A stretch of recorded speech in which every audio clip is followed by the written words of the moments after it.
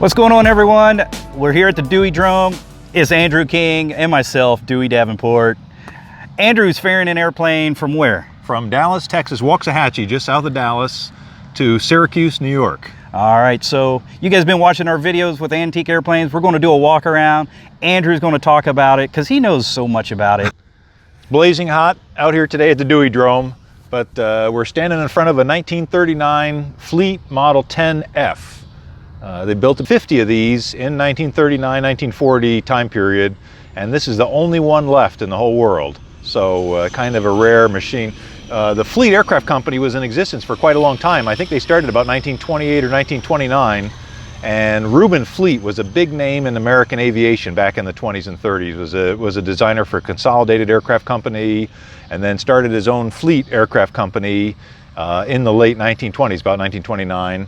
They built very similar airplanes to this from 29 right up into the middle 30s. And for some reason, the Fleet factory was in Buffalo, New York. For some reason, the Canadians were interested in the airplane as a military trainer, and they actually built a factory in Fort Erie, Canada, which I think is near Buffalo, across the river from Buffalo into Canada. This airplane was built in Fort Erie in 1939 as an export model. This was the prototype of the Model 10F, and it was exported immediately to Nicaragua.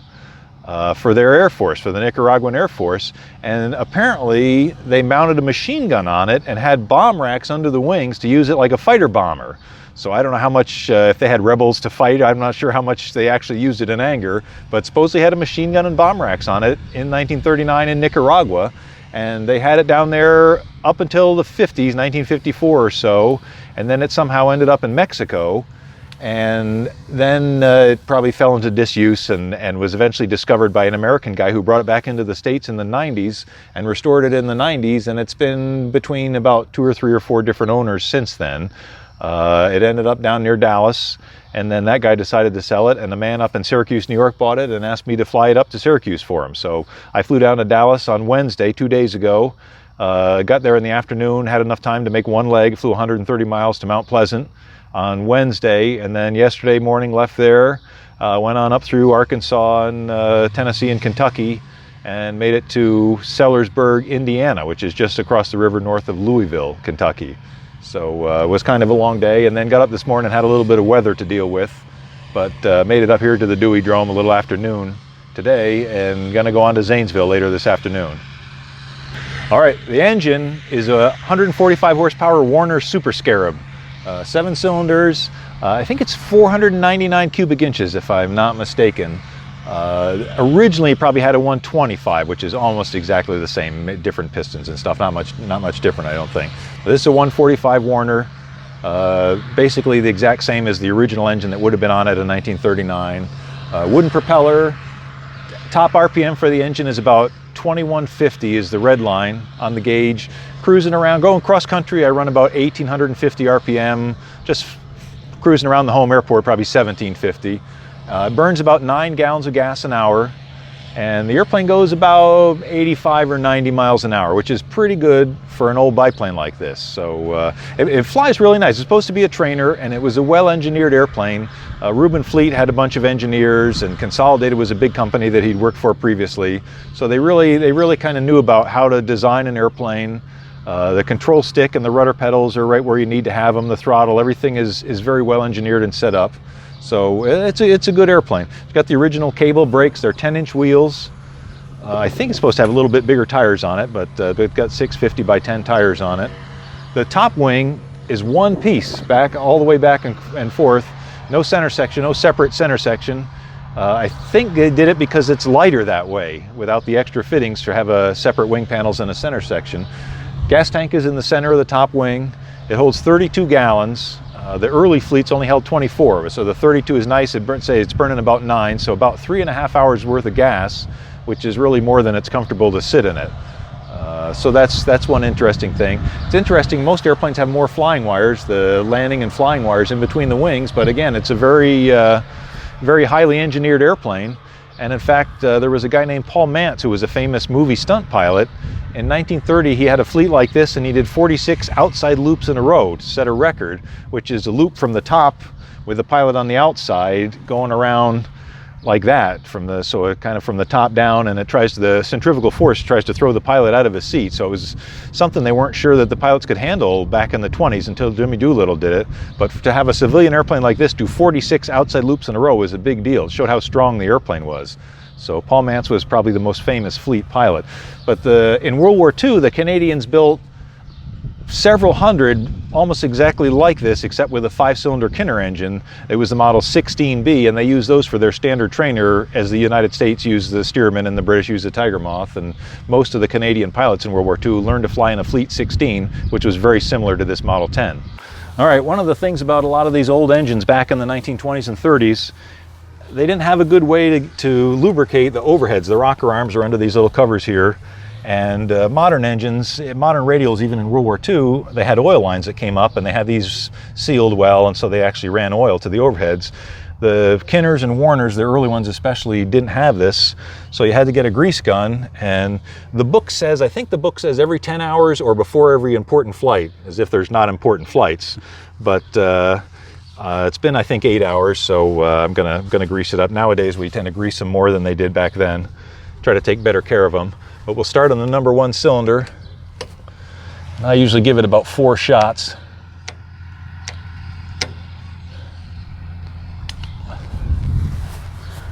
Try to get it in there. Eventually it'll build up inside, and if you don't have good gaskets on there, it'll start to blow out and blow on the windshield and blow on the fuselage, and can make a mess of the airplane. But it's part of being authentic and flying like they flew in the 1930s. There's a lot of debate nowadays about what kind of grease is the best kind of grease for this. Some people say just plain old, the cheapest grease you can buy, and the heat will break it down and spread it around like it should be. And some people think there's special fancy grease for it, and that's one of the debates among the people that have Warners and Kinners.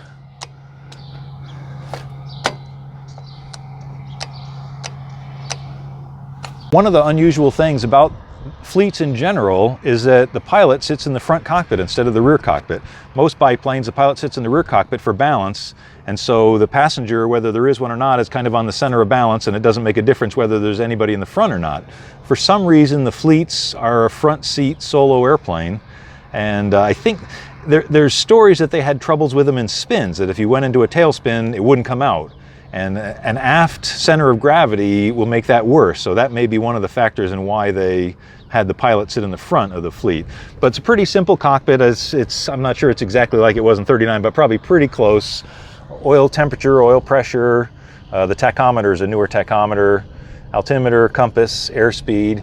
This is the primer. You have to turn the little valve on to get the primer to work, and then back off to cover it up, and the little ball bank thing. This is the fuel shut off, this little red knob over here. If you can see it, the fuel is on now. If it points up, the fuel is off, and the throttle and mixture are over on the left side. Since it was supposed to be a military trainer, everything that needed to be available to the pilot had to be available to the back seat, the student also. And so the switches are between the seats on the right-hand side. They're kind of hard to see, but the magneto switches and the starter button and the battery switch are in that little aluminum box on the right side of the seat, so the rear passenger can lean forward, or the student can lean forward and work them, and the pilot in command in the front seat could reach back and work them. So, and then the same thing on the left side, this T-handle here, that's the carburetor heat. And again, the same thing, the guy in the back could lean forward and use it, and the guy in the front could lean back and use it. So it was made to be used as a trainer, so both people could control things like that. If you can see, I've got an extra pillow in here because it's not very comfortable. So I have that extra pillow to kind of put up under my shins in front of my tailbone to help me be a little more comfortable. There's the control stick. There's a battery between your feet up front. There's no generating system on the airplane, but the battery goes on a trickle charger at night, and then the rudder pedals on either side of the battery with heel brakes, which they don't work very well. You can stand on the heel brakes and it's not going to put it on its nose. They're kind of weak.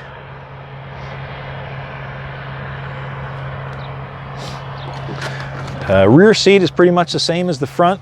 I've got my stuff in there now. You can see how going cross country, I got my backpack and my bag with my clothes and stuff and maps and charts and different things.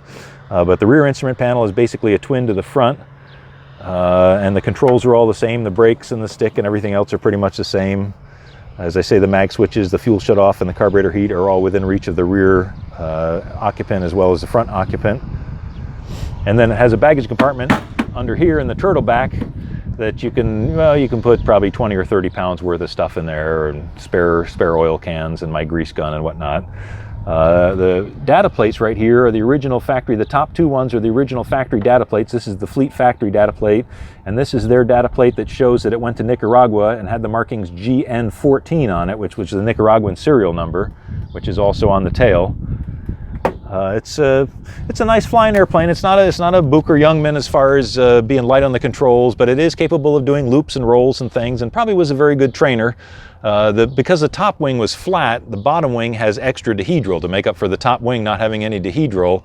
And because the bottom wings are at such an angle like that, sometimes when you land, the wind can get under one wing a little bit and lift the wing, tilt the airplane back and forth a little bit, and it feels a little weird, but you have to kind of get used to that. It's kind of a Fleet characteristic.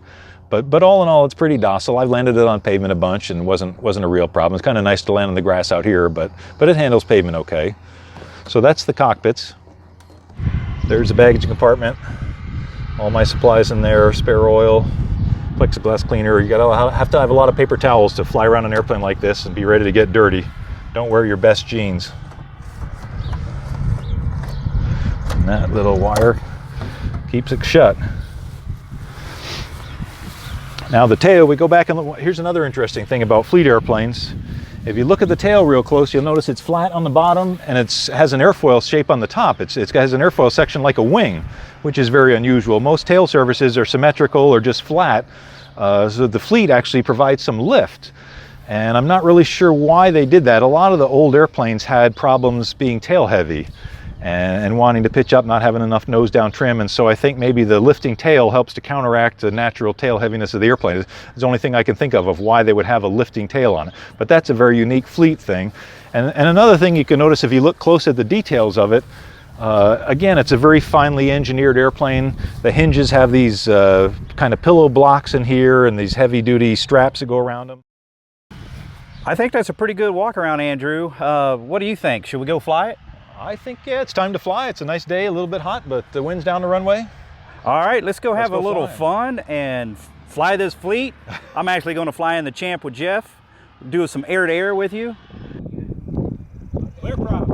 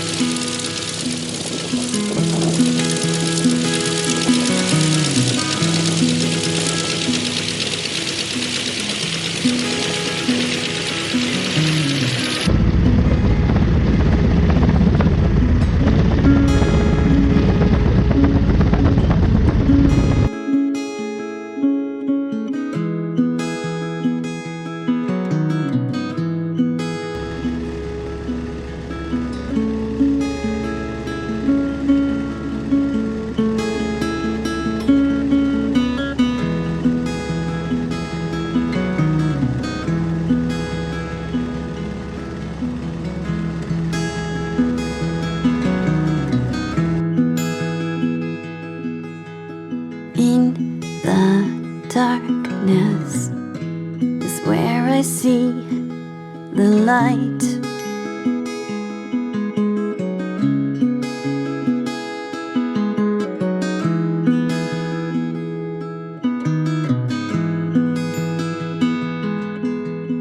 In the quiet is where I hear the most.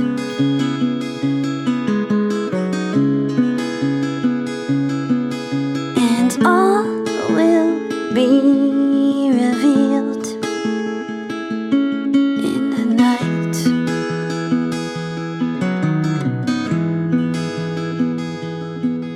We all fall down or take flight.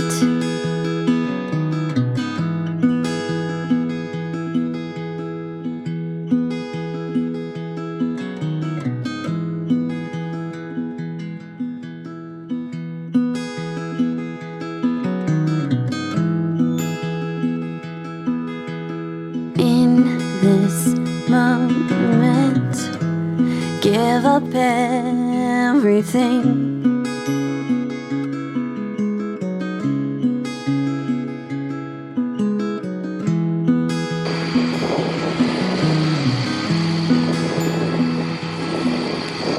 Less is lighter. Let you leave the ground.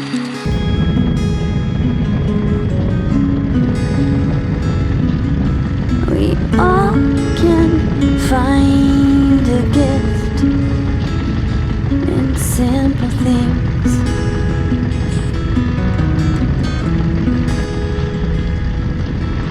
We all come down. Hey, we just landed from the photo shoot with the airplane, the fleet. Hope you guys enjoy, and you know what? Make sure you hit that like and subscribe button. But I tell you, Andrew's awesome. We have a lot of fun flying antique airplanes. How was it, Andrew? That was pretty good. I thought so. Yeah, I think we should have got some good stuff. Beautiful sunshine, got a few clouds around, beautiful green farm fields. All right, guys, we're getting ready to head out. Justin, he's been here helping out, and Jeff, Andrew, he's heading to Zanesville. Hey, he's going to go test fly a Aranca LB. 1936 low-wing Aranca. Yep. Very rare, only one other one flying in the world. Yeah. Are you sure about that? Yep. I don't know. Washington State, I think, is the only one. Yeah. You better know your research before you start talking. Oh. If not, we'll find out about it. Yeah, I'm sure someone on the internet will tell me. Yeah. So, hey, Justin, thanks, man. No problem. All right. So, Justin's going to go take a siesta. I'm going to go take a nap. Yep. We're going to watch Andrew take off. Andrew, handshake. Another successful something. That's right. All right. I'll see you in a couple weeks at the Barnstorming Carnival. Yep, couple weeks. Don't forget to come. See you.